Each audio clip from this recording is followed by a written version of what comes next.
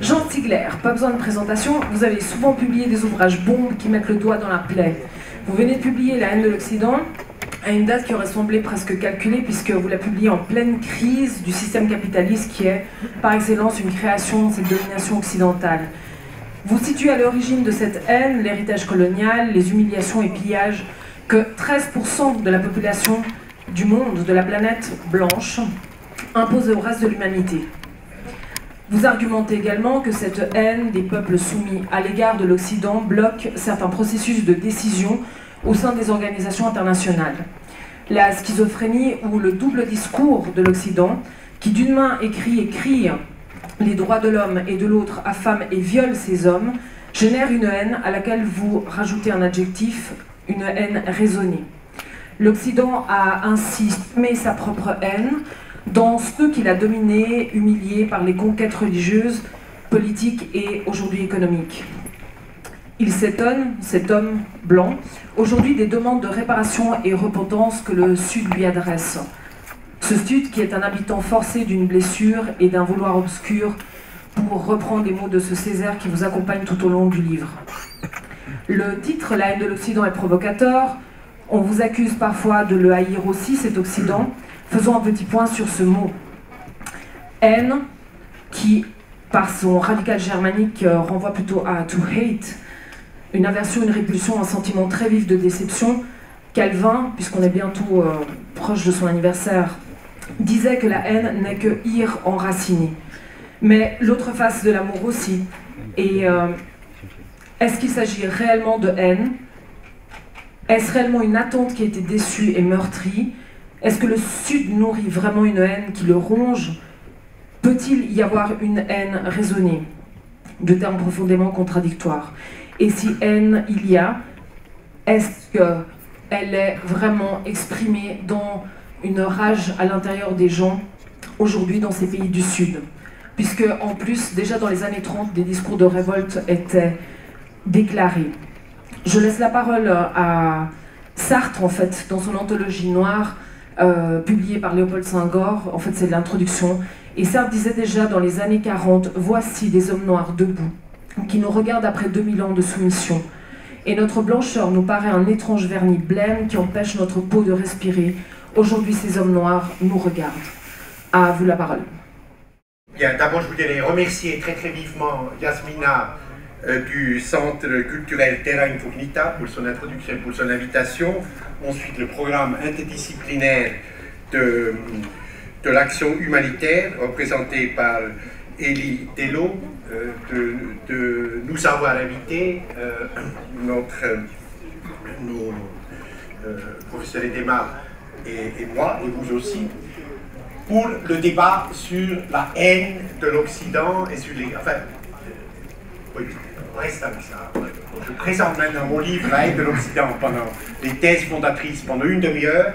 Ensuite, Uta Edema présente ses thèses dans un livre tout à fait passionnant que je viens de lire. Lui, c'est l'érudition. Moi, c'est plutôt l'expérience directe de mon combat au sein des Nations Unies. Mais les deux livres, évidemment, je pense, se complètent. Hein? Remarque préliminaire, La haine de l'Occident, le titre peut choquer. À Paris avec mes éditeurs, on a discuté très très longtemps. On a maintenu le titre finalement. Il y a deux types de haine. Une même souffrance produit deux types de haine. Une haine pathologique, monstrueuse, criminelle, celle d'Al-Qaïda, des salafistes, d'autres types de terrorisme à travers le monde. Cette haine pathologique, monstrueuse, elle est à évacuer immédiatement, elle est à combattre. Elle est particulièrement absurde quand Al-Qaïda invoque le Coran pour tuer, alors que le Coran dit exactement le contraire, ce qui est un livre de tolérance, d'amour, de fraternité, qui dit exactement le contraire de ce que les attentats aveugles provoquent. Donc cette haine-là, elle est évacuée, elle n'est pas traitée dans ce livre. Ici, il est question d'une force historique nouvelle, d'une riposte sociale, qui est la haine raisonnée. Et c'est celle-là, cette haine raisonnée, qui a porté au pouvoir le 1er janvier 2006, par exemple, en Bolivie, le premier Indien depuis 500 ans, et cette force cette riposte sociale, cette haine raisonnée est le sujet de ce livre. D'où vient-elle? Comment elle se manifeste-t-elle? Et quel est son horizon de combat? Je regarde la salle, la plupart sont des Occidentaux. Je dis pour les Occidentaux, il est difficile de comprendre le processus historique qui est en train de se produire, qui est évident dans le Sud, mais qui est rencontré par la cécité, l'aveuglement en Occident. Les Blancs sont 13% aujourd'hui de l'humanité, ils dominent cette planète depuis 500 ans, depuis les conquêtes, le génocide des Indiens début XVIe siècle dans les Amériques, ensuite le commerce triangulaire, déportation esclavagiste, etc. Et puis pendant 350 ans, ensuite 150 ans, terreur coloniale sur la terre asiatique et la terre africaine, surtout, et aujourd'hui, le capitalisme de la jungle, le capitalisme globalisé qui domine la planète en fonction des intérêts très très étroits, très violents des oligarchies, du capital financier mondialisé. Alors, la riposte à cet ordre du monde venant du Sud est au centre de ce livre. Et je dirai tout à l'heure les sources de cette haine raisonnée. D'abord, je dis deux anecdotes très rapidement pour montrer la dimension vivante de cette rupture. Exactement il y a une année, à Alger, décembre 2007, Sarkozy, président français, arrive pour des négociations gaziers, pétroliers qui sont dans l'intérêt des deux pays, Algérie et France. La délégation française s'assied à la table.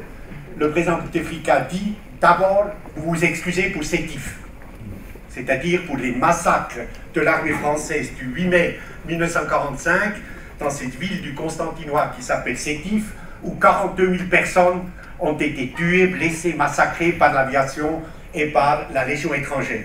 Et Sarkozy répond textuellement, je ne suis pas venu pour la nostalgie.